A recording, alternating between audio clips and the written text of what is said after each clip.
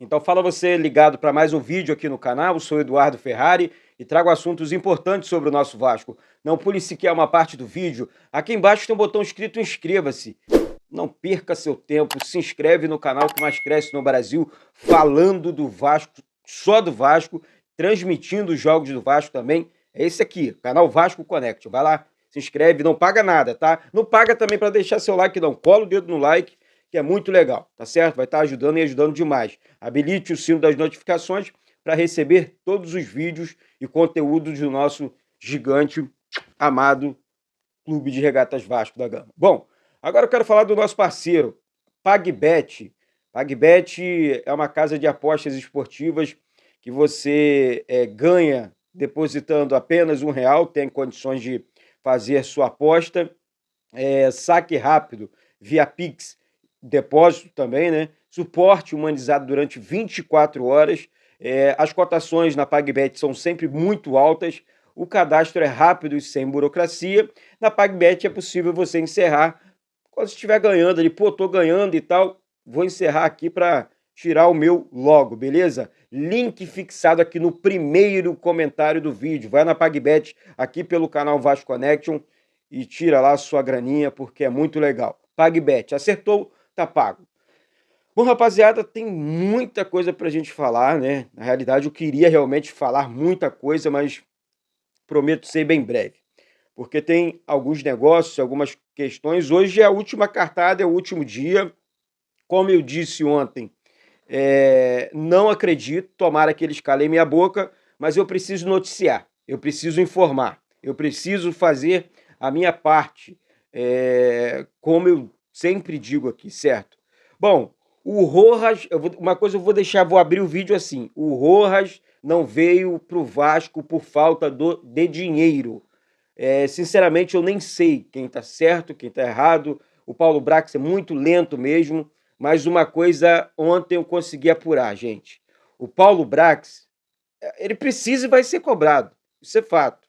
É muito lento, foi muito mal no planejamento, ok? Beleza.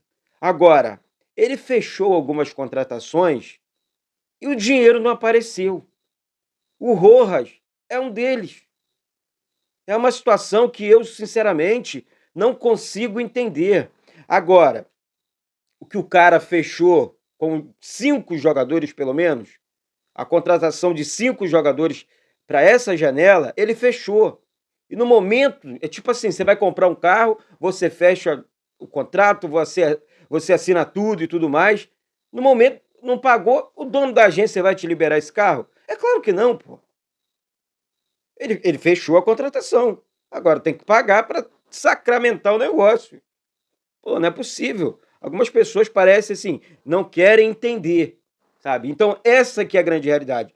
O cara conseguiu fechar e não teve dinheiro. Não tem dinheiro e não vai ter dinheiro, tá? E sabe o que eu acho engraçado?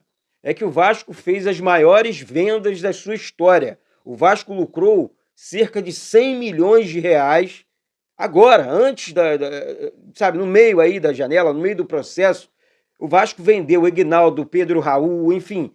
Gente, 100 milhões e cadê o dinheiro? Sabe? Eu vou dizer uma coisa para vocês aqui. Tá pior do que o associativo. Tá pior do que o associativo. Não estou dizendo a questão SAF, tá, gente? A SAF ela é boa porque ela tira a dívida do clube, tá? A Vasco SAF, né? O Vasco da Gama não tem dívida. A Vasco SAF assumiu. O RCE coloca tudo em dia. Essa que é a grande realidade. Ele assumiu essa questão das contas, das dívidas, das negociações. E isso está acontecendo. Os salários estão em dia, beleza. Mas a maior promessa, tá? Seria de um Vasco forte, com grandes jogadores. Não precisava ser grandes jogadores. Poderia, eu falei sobre isso ontem aqui, poderia ser jogadores como o Botafogo fez. Jogadores, tipo, são desconhecidos, beleza, vamos botar um gramado sintético em São Januário, vamos fazer um planejamento de jogo para o Vasco, um jogo rápido, veloz, com um grande técnico, sem ser Maurício Barbieri lá atrás, sabe? Então foi tudo errado, pensamento pequeno, sabe? Atrasos absurdos nas compras que fizeram, sabe? Então, assim, essa situação realmente muito séria, dentro de um planejamento horroroso, tá? De uma empresa que me causa dúvidas, tá? A questão 777. Não a SAF, a empresa, tá? Troca a empresa, mas continua na questão SAF, tá? Bom, eu quero falar sobre o lateral Paulo Henrique, tá? Paulo Henrique foi contratado junto ao Atlético Mineiro pelo Vasco, recebeu uma proposta do Vitória da Bahia, tá? Ele está emprestado pelo Atlético ao Vasco. E ele quer sair do Vasco, ele não vem tendo oportunidades. O técnico Ramon Dias deixou claro que não vai utilizá-lo, ou seja, assim, a informação até vou dar os créditos aqui, do jornalista Fabiano Torres, tá certo? Então, o Paulo Henrique não deve continuar no Vasco, deve ser uma baixa aí no Vasco e tudo mais, deve ir para o Vitória da Bahia. Vamos esperar, mas eu acredito que ele não continue também não, tá?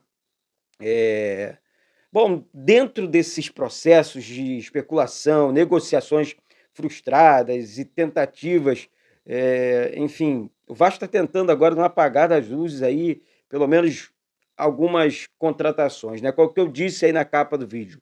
Última cartada do Vasco aí, tá? São duas, né? A situação envolvendo o atacante Vegete, né? Do Belgrano, artilheiro do Belgrano, do Campeonato Argentino, junto com Micael Santos. Tem 34 anos. Olha só o que o Vasco vai fazer. O Vasco tem que pagar US$ 1 milhão. É um desespero total, sabe? Por um jogador de 34 anos, sabe? Tem que pagar hoje, porque a janela fecha hoje. Se quiser, tem que anunciar jogadores hoje. Podem calar minha boca, calar a boca dos companheiros aí, mas calem na moral. Porque hoje acaba tudo. Hoje é aquela questão do acabou o milho, a pipoca. Não, hoje raspou tudo, não tem mais nada. Então, o Vasco está desesperado atrás de alguns nomes, entre eles o Vegete, e negocia com o atleta. Ah, foi tudo. É sempre tudo positivo no início, porque o Vasco oferece dinheiro. Mas no momento que o clube fala, beleza, aceitei, é só depositar. E aí, 777? E aí, fulano? Olha, ninguém tira da minha cabeça que o Luiz Melo esteja envolvido nessa parada aí. Tô dando um papo aqui, tá? Tô dando um papo aqui para vocês terem noção, tá? Então, assim, a situação do Diego Costa também. O Vasco focou, tem até hoje para pagar o Belgrano e, de repente, contratar esse atleta para o Vasco.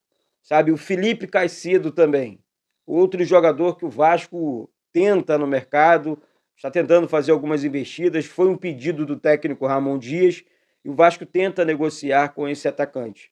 Vamos esperar, sabe? Vamos aguardar. É um jogador livre, então o Vasco aí não teria só até hoje, teria mais alguns dias para o Vasco negociar e contratar o atacante. Diego Costa, a mesma coisa.